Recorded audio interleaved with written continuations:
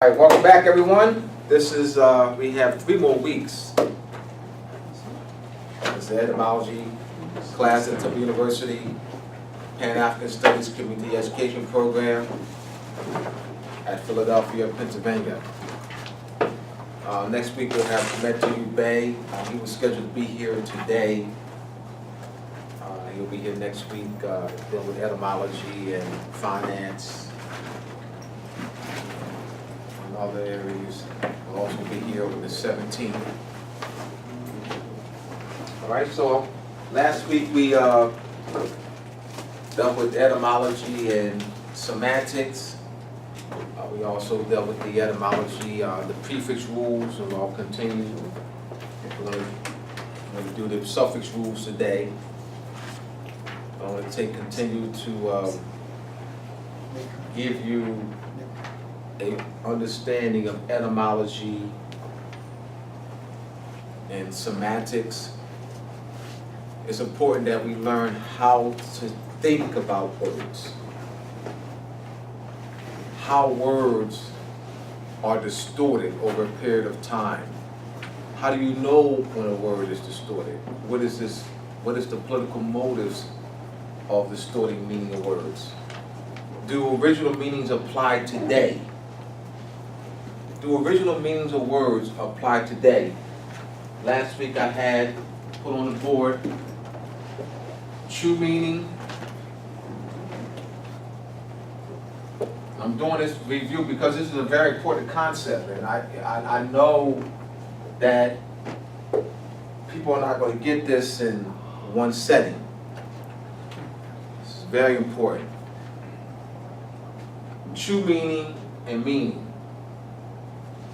Do original meaning apply today? There is a fallacy called etymological fallacy. Google this, etymological fallacy. And the claim is that one cannot use the original meaning of a word to apply today. All right? Can you Google that, please? Etymological fallacy. One cannot use the original meaning of a word. For example, the word nice. Let's give you an example. All right? This is very important concept. All right, nice. Nice here. All right, nice. I'll make sure she has the lesson from last week. Yes, please. And a week before that, because she wasn't here. I remember. Yeah, he got you. According to Wikipedia, the Put your phone on vibrate. Phone's on vibrate, so don't bug your recording. All right, let's listen to this. Let's replay that. Yeah, read it, please. All right, listen. All right. Etymological fallacy is a genetic fallacy that holds that the present-day meaning of a word or phrase should necessarily be similar to its historical meaning. This is a linguistic misconception and is sometimes used as a basis for linguistic prescription. Reread that, please. Reread that. The etymological fallacy is a genetic fallacy that holds that the present-day meaning of a word or phrase should necessarily be similar to its historical meaning. This is a linguistic misconception and is sometimes used as a basis for linguistic prescription.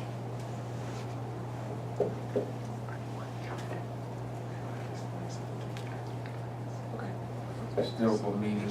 All right, so we have present day meaning, historical meaning. Well, it says Go ahead. that holds that the present day meaning of a word or phrase should necessarily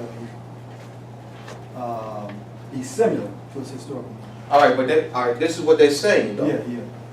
That is, it is that pretty much saying that my presentation is fallacious. Right.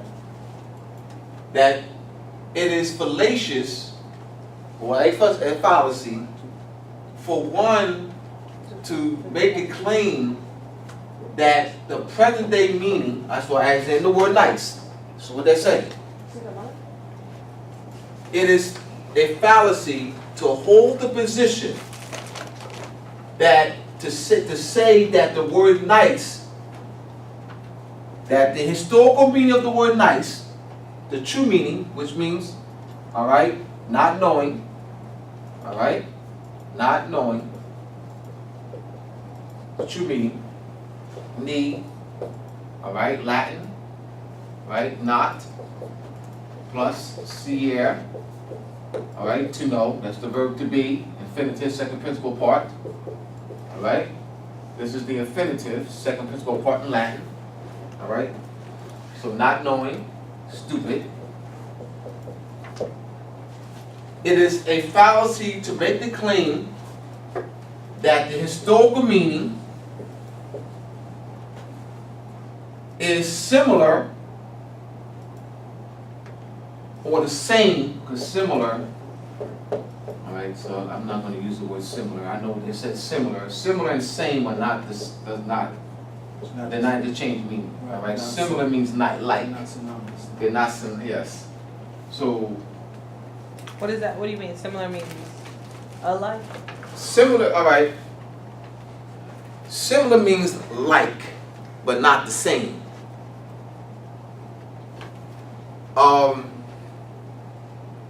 If you're saying that sweater you have, and somebody else walks with a sweater, It's similar.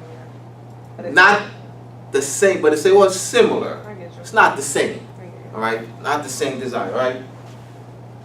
There's some differences. Similar means that there's differences. Same means there's no difference, all right? Same, no difference. So let's put no difference. You say same, no difference. Similar, there are differences. All right, so let's look at what is the difference though. That's right. There are differences. There are differences. Same, no differences. All right? So that we can be clear on this. So, if one holds the position that the historical meaning is the same, should be the same as its present day meaning, they're calling that an etymological fallacy. Right. All right? Calling that's what they mean by etymological fallacy. That, for instance, if I say I teach that the word nice, the etymology of the word nice means stupid, not knowing. And I instruct the class, which I've been doing for 13 years, that's what the word means today. They will call that an etymological fallacy. By making the claim that the word nice means stupid today, that is called, they're calling, not me, I'm not saying it. We got you. I'm challenging that. I'm challenging that. I challenge you. I'm challenging that. That's an etymological fallacy. Now, what I here is to get you to think. You read something. I want you to analyze what you read. Because you read it doesn't make it true. I want you to analyze what you read. Who developed, or what body of people developed that fallacy? All right? The word slave. Come on, that's fine. That's what I'm saying. This is important. You gotta learn how to think. Think. Let's think. How about color? Let me give him slave since I gave him slave. Since I said slave, I gotta do slave No, now. no, Yeah, I'm gonna do color, but since I gave slave, Yes. I don't wanna not do Don't do slave that one, but and then move to color. because someone gave me a question. Yeah, I'm gonna do color. Yeah. I'm gonna do color. Then I'm gonna do slave first, because I already, since I said it. Yes. Alright? Slave. This, you have slave. This is a nationality, an Eastern European nationality. So, to make the claim that slave means, what slave means today is that it's an Eastern European nationality. That's its true meaning. Alright? That is it's a nationality of a body of people, an Eastern European nationality of a body of people. Meaning, one connotation. One who is held Captive in bondage. one who is held in bondage or captivity. Against their will. Captivity, thank you, against one's, just using grammar, agreement, one's will. Right? That's the connotation. That's what millions of people throughout the world will use the word slave in this manner. Can we agree on that? Yes. All right? So, the etymological fallacy is that one makes the claim that the etymology or the historical meaning of slave is also the present day meaning. What I'm saying is that the historical meaning is also the present day meaning. They're calling that etymological fallacy. I agree with you and I disagree with them because that's why you have connotated and denotated. Now the question is, what is the political motive? They're not just doing it to be doing it. Why was this fallacy created? Why the definition? What? Because they want to take you from your worldview to seeing the world out of the eyes the way they see it. They want to change. They want to gain control and mastery over people, politically, economically, in every way. Global dominance. Absolutely. Now, it is easy for one to accept the definition that's given to the etymological fallacy if one doesn't know the etymology. It's easy. You don't need to deal with no historical meanings and etymology, man. The day's 2017. You know, I'm not, brother. I hear it, brother. I've heard hundreds of teachers. Brother, hundreds of teachers, brother. Hundreds, brother. I've dealt with hundreds of Europeans and Asiatic teachers, brother. You know, how are they going to pass the SATs? How are they going to pass the GRE and the SAT? You know, if they see the word slave, it's out. I got this real. If students see the word slave on an SAT, all right, and then mark this meaning, they're gonna get it wrong. That's what teachers will pose. Teachers have made an argument. I have attempted to make an argument against etymology by using that example. That's the only example they can use. The only examples that teachers have used against me is SATs.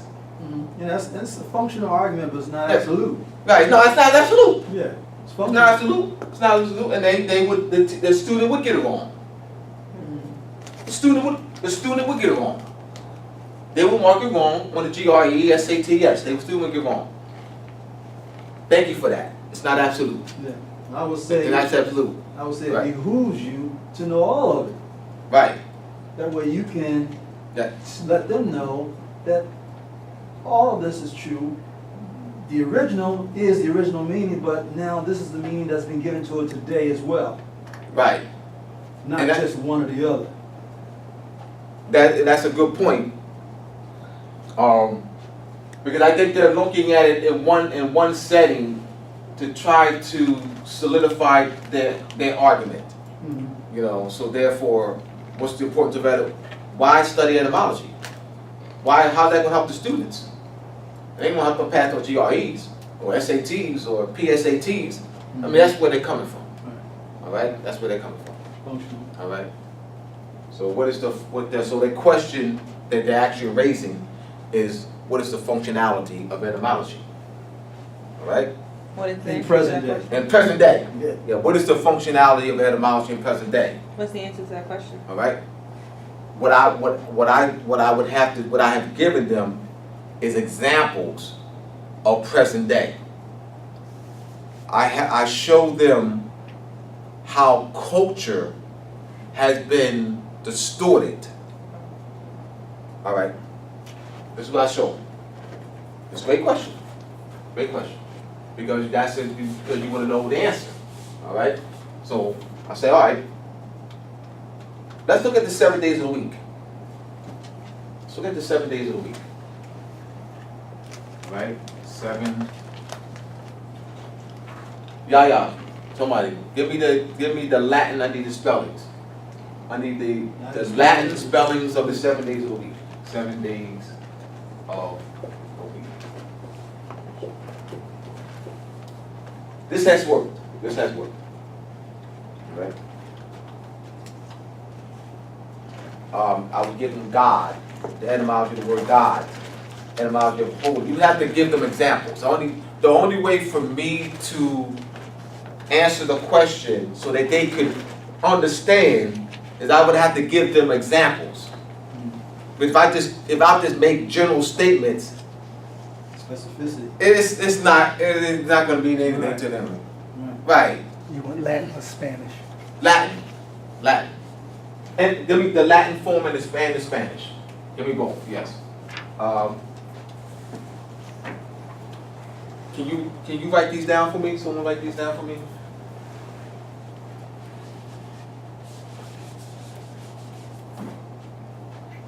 I need to see your phone then. Give me the Latin and Spanish. So I just write these down. So I don't have the spellings off. I have some of the spellings. We don't have Monday in this book. You have the Latin, you have both? All right. Spanish is on the next page. But I think I go know on. the Spanish though. Spanish is on the next page. I have to move up, right, to get the Spanish? All right, help me out. Next page. The next page. All right, so let me do the Latin first. Let me go, let me give the Latin. All right, do that first. All right, so I need to give them example. I need to, so they can know how to do it. All right, there we go.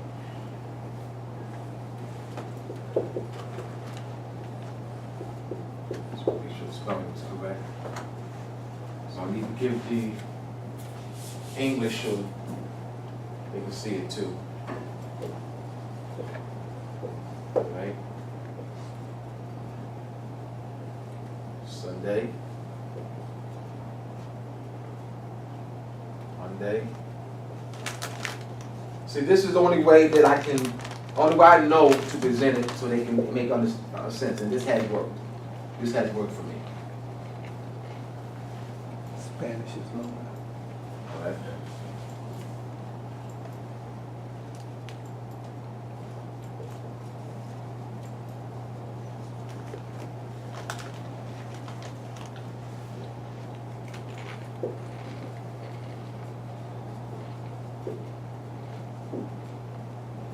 Wednesday. Now these come from Old Norse. These come from Old Norse. All right, these aren't, like this is, you have Thor day, all right? This is the wind. These are coming from Old Norse forms. All right, wooden day, all right? This is Thursday. All right. This is day. This is day. Friday.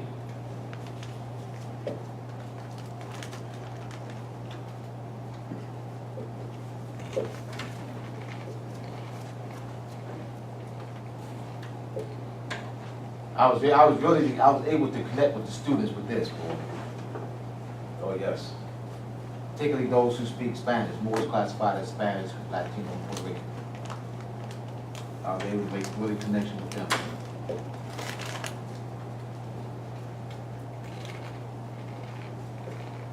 This works, y'all. Trust me, this works. This works. This approach works. All right, let me go to Spanish form, which is Latin based language. The top, you say, all right, so the top one is Spanish. Yes, back, top one, Yeah, I correct. went back right now. Did you miss something?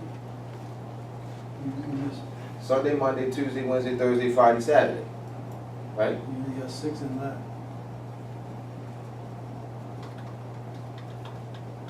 Sunday, Monday, Tuesday, Wednesday. I have to go back. This is, yeah, I think it's Wednesday. This is Thursday. All right. Just got put here. Yeah, let me just go do the, oh, here it is. Third one Wednesday. down. New York, yeah, all right, here's Wednesday. Nice, it's still, everything's on this one page, Rob. We have, yeah. We have the German, French, Italian, Spanish, all right. This is Domingo, which means power. I am power. I am power. Lunes, Martes. All right. Yercules. Those who speak Spanish have said this all their lives. Let me tell you, they do not know that these are planets.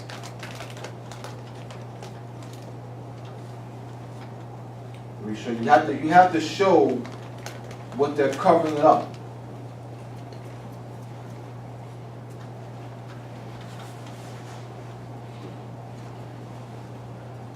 The question is, what is the functionality of it to modern day? And it's an excellent question. Excellent question. All right, so we have to show the functionality of it in modern day. You have to show what they're covering, because they're covering it up. All right, what do you see here? What do you recognize? These are names of planets. All right, the sun and the moon and 5 inner planets. Sun, moon, all right, Mercury. all right, Mars. What's this? Mercury, Jupiter, Venus, Saturn.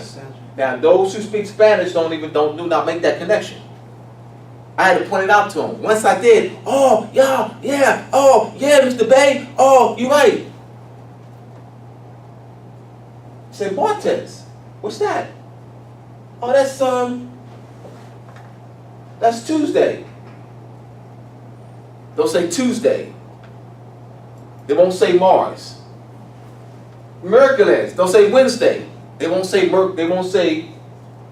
Mercury. They don't recognize that they're planets until I point it out and they say, oh yeah, I see it now. See Mercury right here. Mars. Moon. Sun. And they don't use sun over here. This is sun right here. So. One of the most effective tactics that the dominant culture, Western world uses is to take you away from the true knowledge and give you different or so-called new concepts of things. So therefore, as the saying goes, he who has the power to define, especially in the hands of evil men. I'm gonna read it out of this book here. You said dominant cultures, we're gonna analyze that. Yeah. Dominant, I said that to ATE. right? in a still Hey. way. Is that it? ATE. Yeah. All right, you said, yeah, I know, but I'm saying you said it, you said the term, Yeah. and we wanna analyze the term. Like Ben Omni in his book, God, the Black Man, and the Truth, Mhm. says the power to define in the hands of evil men is a weapon of oppression and a satanic controlled method. He said that from a religious Power to perspective. define is power, that's true. Yeah. So the power to define is as important as the power to control. In fact, the power Yes. to define Yes. is one of the greatest weapons that can be used to control men and nations. Thank you for that. There you go. That's why, you see what I'm doing? This is important because I can sit up here and give you methodology and methodology upon methodology. It's important that you learn how to think. That, That's what Raleigh said about. you gotta learn how to think, And think for yourself at that. you know, so that, because we have to show the function, the present-day function of it. The present-day function is that we have to go back. You have to do a Sankofa. We can't. The question is, how did modern meanings come about? See, we're at a disadvantage as a people because all we know is modern day connotated meanings. That's all we know. That's all we know. So it's easy for us to accept someone saying, do not deal with a meaning that's 100 years old or 400 years old or 1,000 years old or 3,000 years old. This is 2017. And we'll just accept it. We're not ruling. We've been ruled over for quite some time. So rulership is so far, it's like so far from my mind. Like, 1492 was the last time. you know? It's not true. That On we- land. In that we Europe. ruled. It's not true. When then? That's not true. I can show you the documentary evidence. That's not true. That's the last time we ruled in Europe. We ruled the seas after that. 1500s, 1600s. There's documentary evidence for that in my book. Right. Yeah, so we don't want to say that's the last time we ruled On land. in Europe. Our rule in Europe ended in 1492. Not our rule. Okay. So when did our rule Stand end? corrected. Did we ever stop ruling? My question. Oh yeah, of course. In the late 1700s. We had the Treaty of Peace and Friendship of 1787. 1786 signed Muhammad ibn Abdullah. So our last sultan, his son took over after he died in 1791. Is it Mosi Rashid? I can't remember his name. I think it's Mosi Rashid. Al-Rashid, he took over. He ascended the throne in 1791. But then after 1787 was 1836. You talking about Next. in the treaty. Renewing. The treaty must be renewed every 50 years, so that's what we're going Yeah. to put that in context, so people can understand. All right, so that's good. Later we can get at who's doing the treaty now. All right, dominant culture. What is meant by that? Dominant culture. It means the culture of the people that are pretty much ruling now. And what is the culture of the people that's pretty much ruling now? European. European, Roman. Roman, Western, European. Yeah, but I'm saying, give me an example of it. See, all right, those who are listening, that means nothing to them. Okay. Give me an example of dominant culture. Okay. All right, so I can see it. All right, let me Point it out to let me me. try to briefly give you an example. Yes. Okay.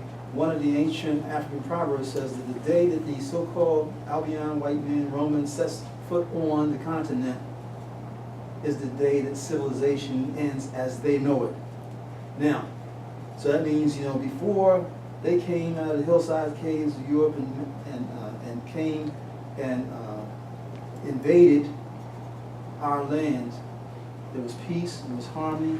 People lived according to nature, the natural law. They knew who they were. But when they came, they brought disease, they brought famine, they brought destruction, they brought evil, they brought lying, murder, stealing, raping, okay, which is a part of their culture because they were spawned. Then Elijah Muhammad said the law by which a thing comes into existence determines the nature of that thing. So if they came up in a climate where they were in the caves, it was cold, they ate raw meat, didn't have little sunshine, they were constantly nomadic, warlike, then that's a part of their culture. When they conquered, they brought all that with them, and that became the culture under which other people are under now. For example, like the United States. The United States is an empire, but they don't usually say they're an empire. But if you start looking at all the people that they have colonized and conquered, then you understand why they're an empire and what part they play in the trilogy of Rome and London, and they're the world military. But that's a part of their culture, their mindset, their actions, their behavior. But they don't limit it to them, they spread it all over the world and affect other people with it. We have a different view than I do, which is Okay. fine. Our view is different. It's fine. But you see it as part of their culture. My view is different than yours, which is fine. Can I Yes, take a ma'am. stab at it? I'm not Yes. sure if I want to say, what you said, but one thing that I say we have adapted as this dominant culture, pretty much just everything is fake. Nothing is not natural or organic anymore. We're doing a lot of things that are fake, necessarily if that's to our bodies, to our mental, our minds, what we're eating and things like that. So I think we have adapted to this fake, Right. Part of kind of my non-realistic concept, kind of situation. Anyone else? That was in mine too. Say when it is nature. Anyone else before I give mine 2 cents? Alright. The way I view and explaining dominant culture is that the Europeans will take your existing culture,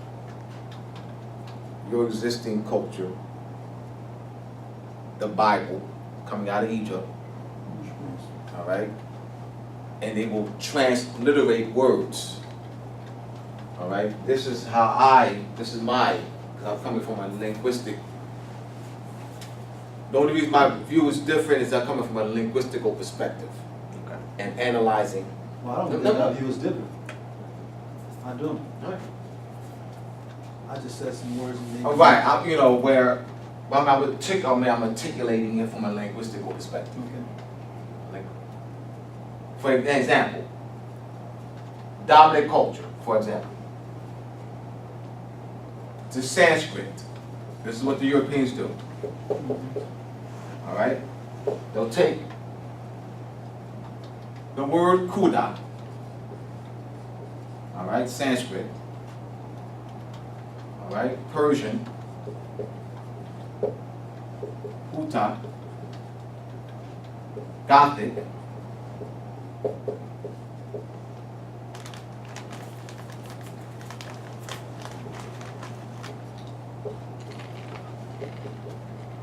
G-U-D-D, G-U-T-T, modern English,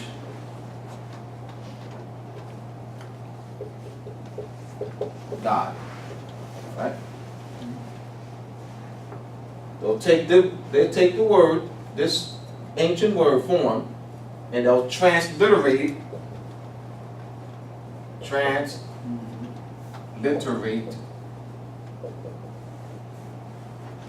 it to a modern form. So now this becomes this modern form. So now the morphology form, the phonology sound has shifted. They've changed the frequency, Yes. all right, of the word, changed the morphology, the form of the word, all right, and that got you saying this form. They dominate this. They dominate with this. Once again, I'm coming from a linguistical perspective. That makes a lot of All right, sense. that I can know. That's how I define this. That coming from a linguistical perspective.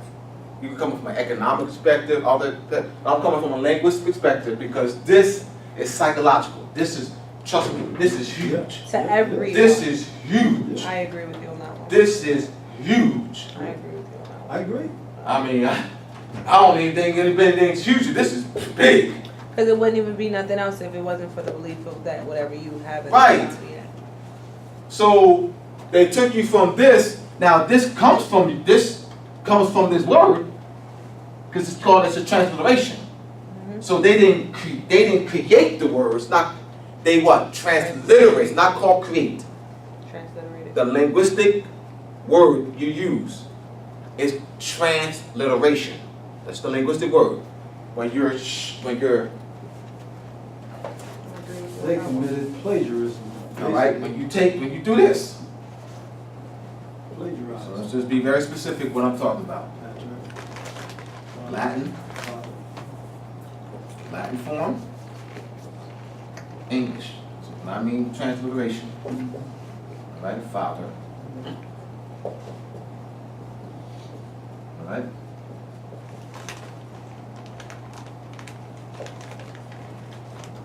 All right. So the P in Latin transliterates the F. So that's not a creation. That's called transliteration. You understanding morphology and phonology. All right, so they're not just arbitrarily doing it. They're using a knowledge base of morphology and phonology. They're using a principle in which to maintain, it's like to hide its origin. But it's also a way in which to get back to it.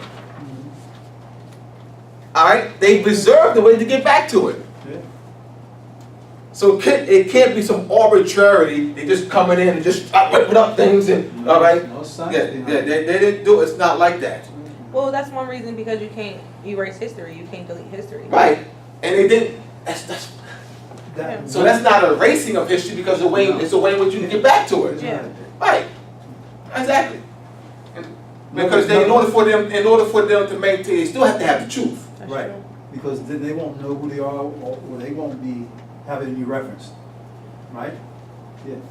They have to have the original reference Right. points. Another way they do it, That's- another term is called cryptological changes. They do that too. Yes. What's that? Well, let's. Encrypt, hide. Oh, okay. Like so Yeah, there's certain systems. There's a system that's used. All right. Acrostic. Why you do this to me? But I love you. No, it's good. I love you, brother. You know. Because I gotta give examples. See, that means That's good. nothing. I mean, It means nothing without. I give the explanation. I give All the right. general, and you make it specific. All right. You have what's called gematria. Beat them down. All right. Gematria. Every Latin letter represents a number. Every Greek letter represents a number. 1 to 10. That's right. All right. 1 to 10, and then 10 to 90. All right. You repeat it. 1, 2, 3, 4, 5, 6, 7, 8, 9, 10, 20, 30, 40, 50, 60, 70, 80, 90. All right. 100. So every Latin word. All right. So you have the word. All right.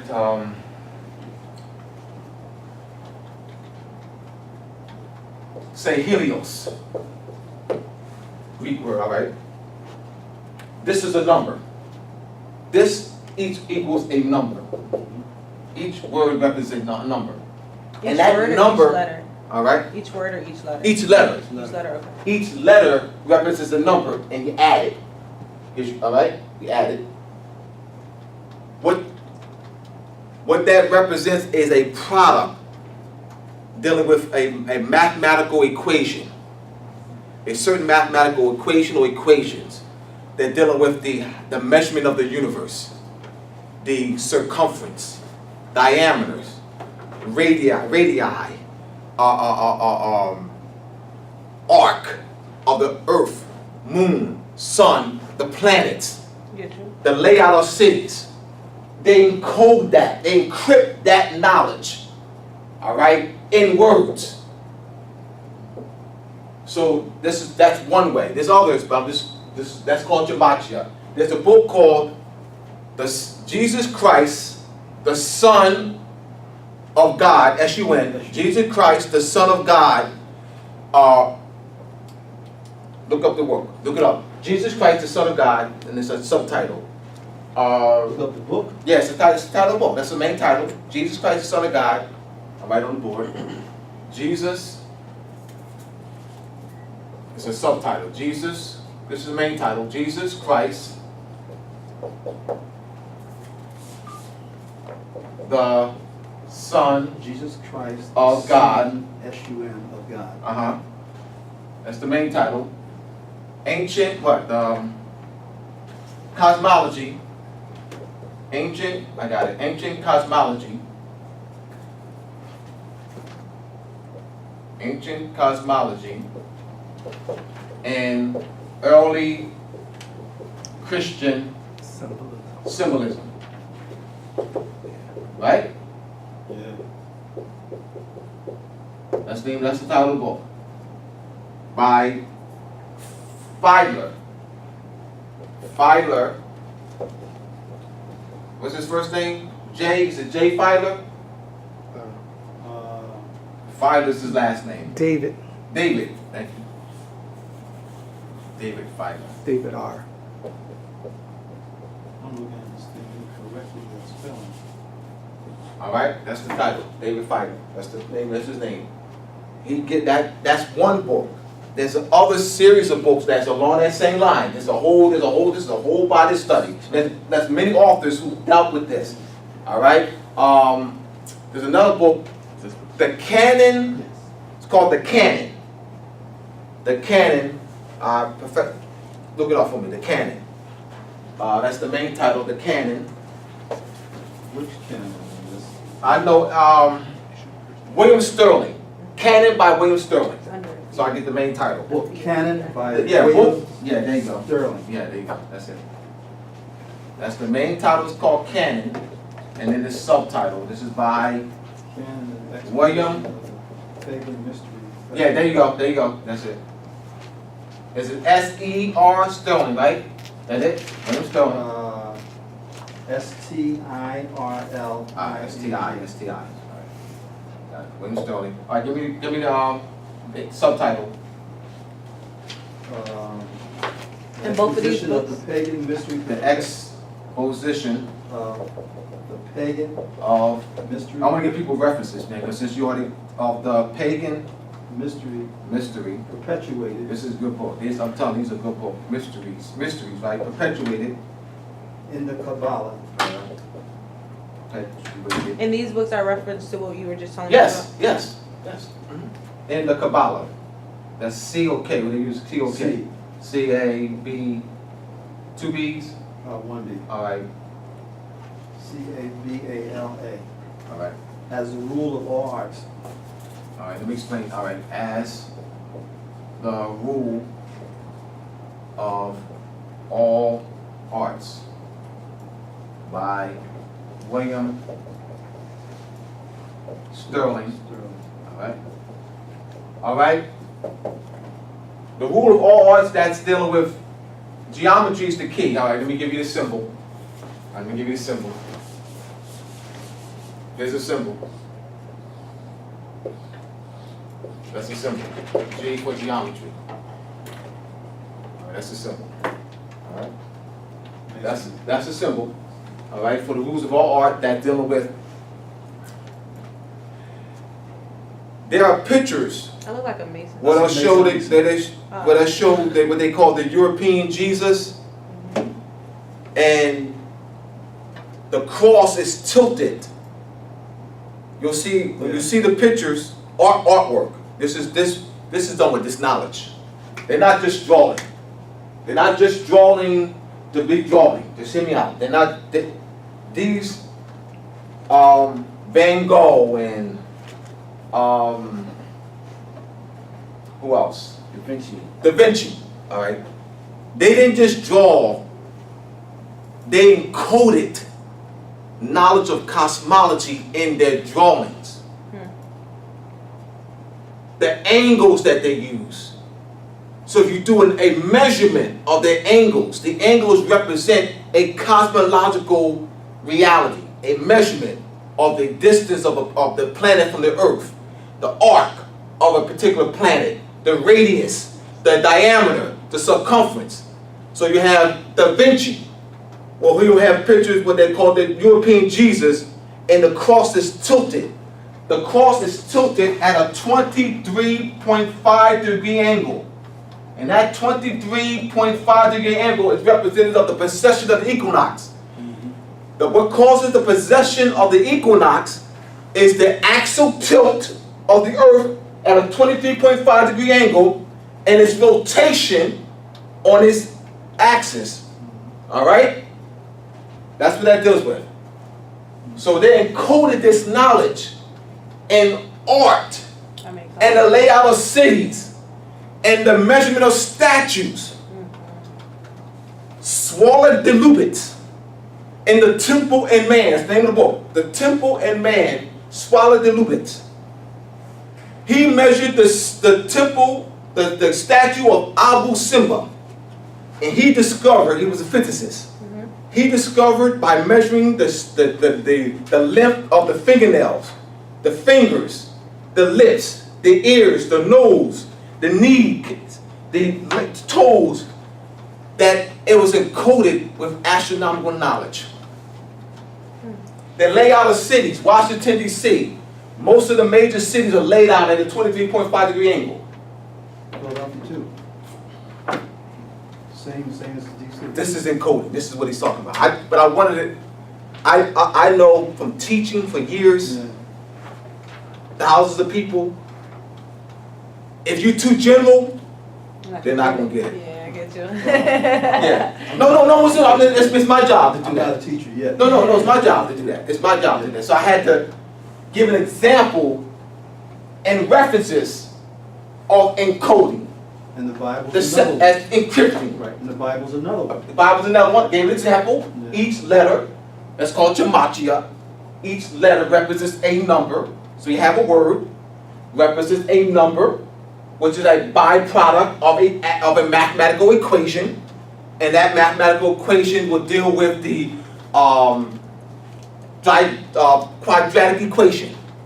You have the quadratic equation that is expressed through the quadratic equation is called the circling the square. Circling the square. All right? You see here. You'll see this here. Circle within the square. All right? Or sometimes you'll see circle outside this here too. Circling the square, that deals with the quadratic equation. So you're looking at the quadratic equation. Euclid's Euclids. The Euclid's Greek Europeans put their names on our stuff. All right,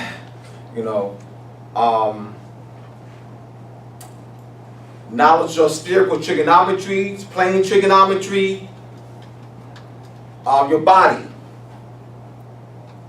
the measurement of your body, How they put the little circles behind the quote unquote Fibonacci. Fibonacci learned from us. Yeah. Fibonacci went to one of the Moorish schools in Europe. He learned it from us.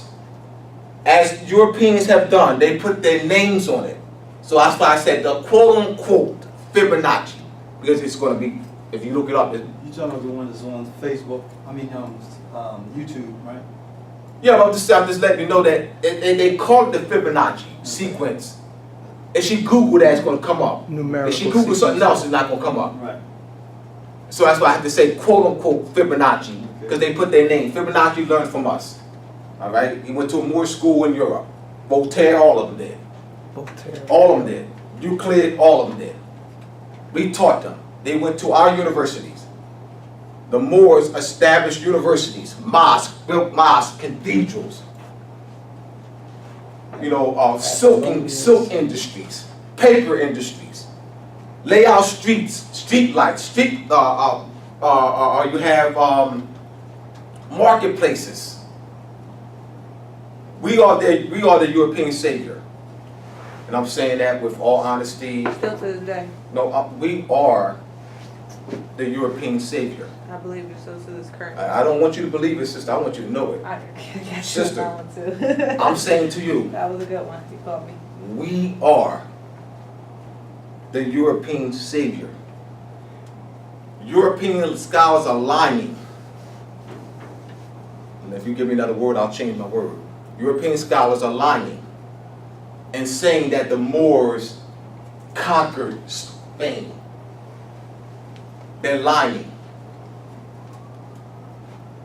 The Visigoths and the Vandals, where they had control of what's called the Iberian Peninsula. What did they do with it? Under control, under their rule. What did Roderick, the head of the Visigoths, do under his rule? Under Roderick, they were starving. Under Roderick, the Visigoths, who had control of what they call modern day Spain, out in the Iberian Peninsula, they were starving. They were dying of diseases. The Moors came along, 7-Eleven, Abu, Zayad, 7,000 soldiers. Tens of thousands of Europeans were dying of diseases. The Moors built universities, cathedrals, mosques, Baths, running water, tree line. libraries, 17 libraries. One library in Cordova housed 600,000 books. Silking industries, paper industries. Europeans, poor Europeans from all of Europe fled. The learning center of all of Europe was Cordova, Seville, and Toledo. Europeans from all of Europe, poor Europeans, they benefited. So, European scholars, I would ask, where's the conquering at? If we saved you, how is that, why are you defining it in your writing as a conquering as opposed to a renaissance? Why are you saying in your writings in this university and others that the Moors conquered Spain? Why are you saying that? We saved you. The Europeans translated Arabic astronomy books, Arabic surgery books, Arabic mathematical books into Latin, and from Latin into English. They use that in this university today. They use your curriculum today in this university. You can't go anywhere in the world to learn any European curriculum. Why? Because it doesn't exist. Tell the truth.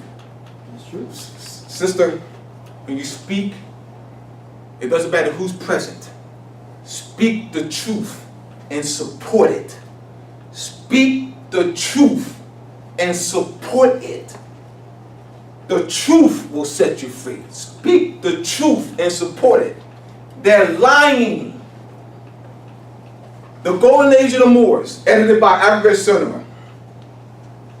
Because they don't want to give you credit. You didn't do anything.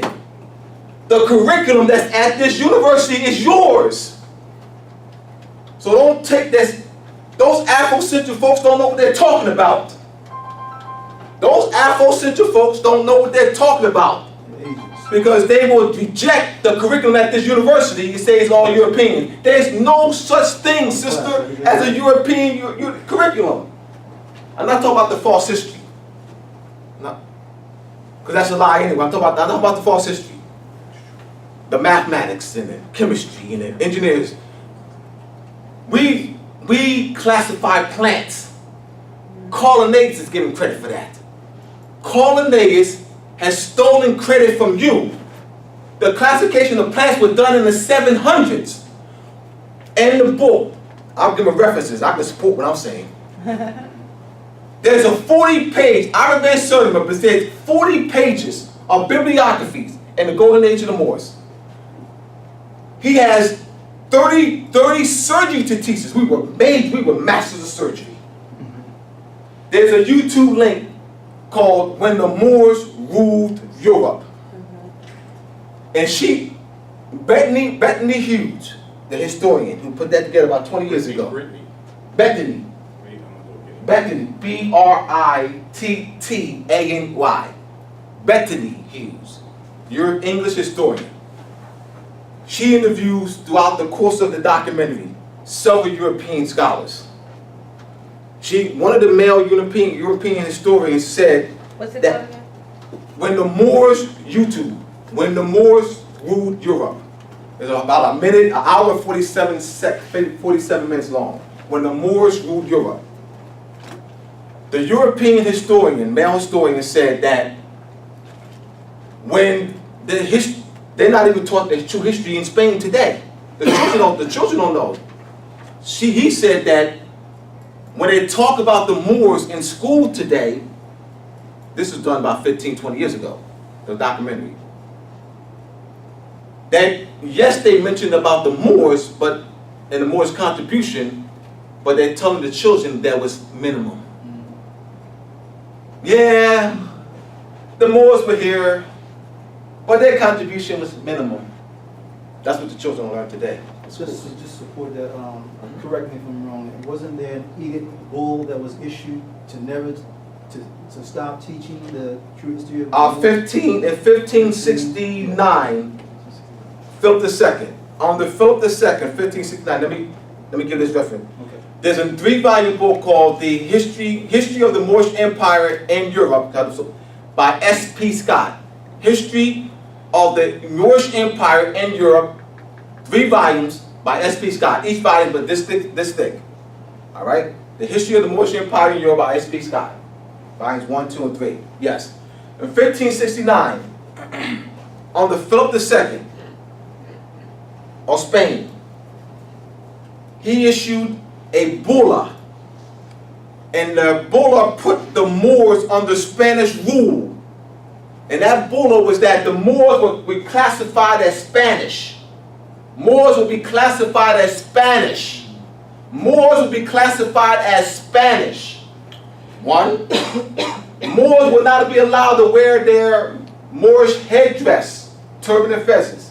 Moors would be forbidden to use their Moorish names and titles, Bey and Il, Ali and Day. Moors would be forbidden to wear their Moorish garb. That was a bulla. Lex exegesis prohibitorum. All right, lex is book. Exegesis prohibitorum. Yes. Yeah. So this affects us today. You got Moors who are classified as Spanish, Moors who are classified as black, Negro, colored, and African American, and they think they're different people.